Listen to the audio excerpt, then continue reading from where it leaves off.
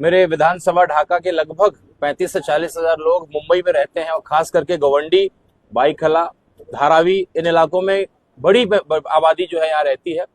और वो एआईएमआईएम को लेकर के, बैरिस्टर असदुद्दीन ओवैसी साहब को लेकर के संजीदा भी है और अपनी क़यादत को लेकर के भी संजीदा है। तो सबसे पहले मैं इनके पास आया हूँ ये बताने के लिए कि एक साजिश हो रही है आपके खिलाफ एसआईआर के माध्यम से, खास करके दलित मुस्लिम भाइयों को उनके वोटर लिस्ट से उनका नाम काटने की साजिश हो रही है। तो उनको बताने कि सही समय पे, चूंकि लास्ट 30 तारीख को प्रकाशित हो जाएगा वोटर लिस्ट, तो उसके बाद नाम शामिल करना थोड़ा मुश्किल होगा।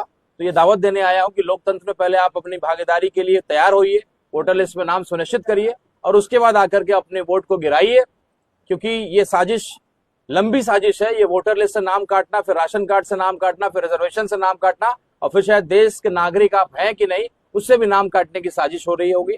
तो ये अपने बिहार के भाइयों से खास करके अपील करने आया हूं।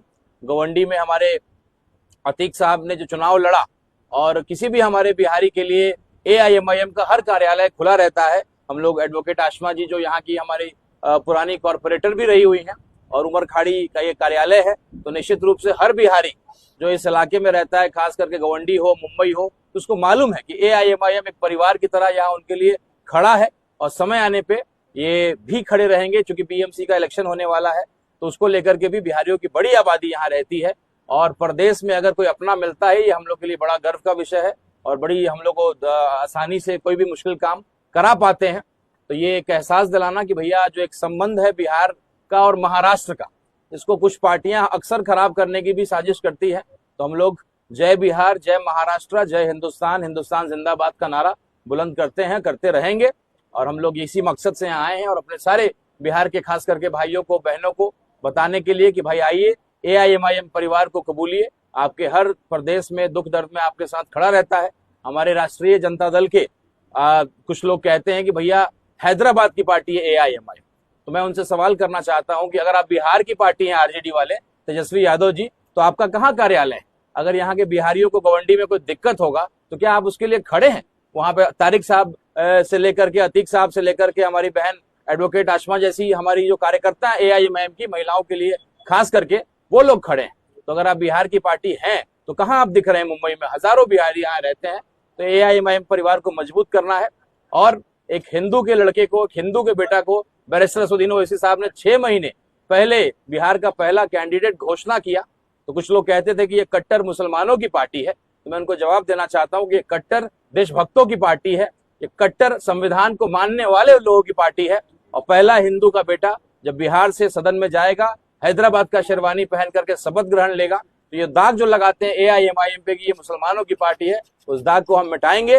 और उसके बाद पहला हिंदू विधायक के रूप में एआईएमआईएम के ऊपर जो दाग लगा उसको हटा करके पूरे देश में, आपके मुंबई में बीएमसी इलेक्शन हो, यूपी में इलेक्शन हो, बंगाल में इलेक्शन हो, एआईएमआईएम और मजबूत होगी। और इंशाल्लाह हम लोग एक बड़ी तादाद विधायकों की, सांसदों की आगे खड़ी करेंगे और अपने बैरिस्टर असदुद्दीन ओवैसी साहब के हौसले को बुलंद करें। सर, महाराष्ट्र मुंबई के अंदर जो अभी बीएमसी इलेक्शन होने वाले हैं उसके अंदर एमआईएम कितनी सीट उतारने वाले? सब सीटों पे एमआईएम के कैंडिडेट रहेंगे या फिर कोई साथ में कोई जुड़कर काम करने वाला? देखिए, ये तो मुझे नहीं मालूम है, चूंकि महाराष्ट्र के जिम्मेदार बताएंगे। लेकिन हाँ, ये कह सकता हूँ कि मेरे बिहारी भाइयों के लिए एआईएमआईएम परिवार खड़ा रहता है।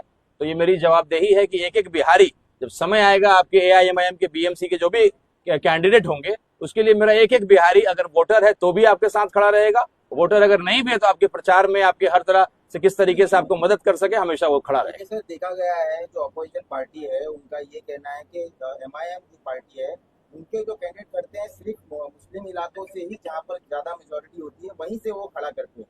बाकी जो नॉन मुस्लिम इलाके हैं वहां से एमआईएम कैंडिडेट खड़ा करने से डरती है, ऐसा ऑपोजिशन का आरोप है एमआईएम के। इस बारे में आप क्या कहना चाहते हैं? देखिए, एक आरोप है और निश्चित रूप से हमारे विरोधियों के पास कुछ कहने को नहीं है। ये हिंदुस्तानियों की पार्टी है, इंसानियत की पार्टी है, संविधान को मानने वाले लोगों की पार्टी है। धीरे धीरे लोगों को समझ में आएगा, क्रांति एक दिन में शुरुआत और खत्म नहीं हो सकता है। एक शुरुआत, एक क्रांति की आगाज है कि 6 महीना पहले एक हिंदू के बेटा को विधायक का उम्मीदवार बैरिस्टर साहब खुद मेरे विधानसभा में जाकर के तिरंगा साफा पहन करके उन्होंने घोषणा किया है। तो ये आपके इन सवालों का जवाब आने वाले समय में आपको मिल जाएगा।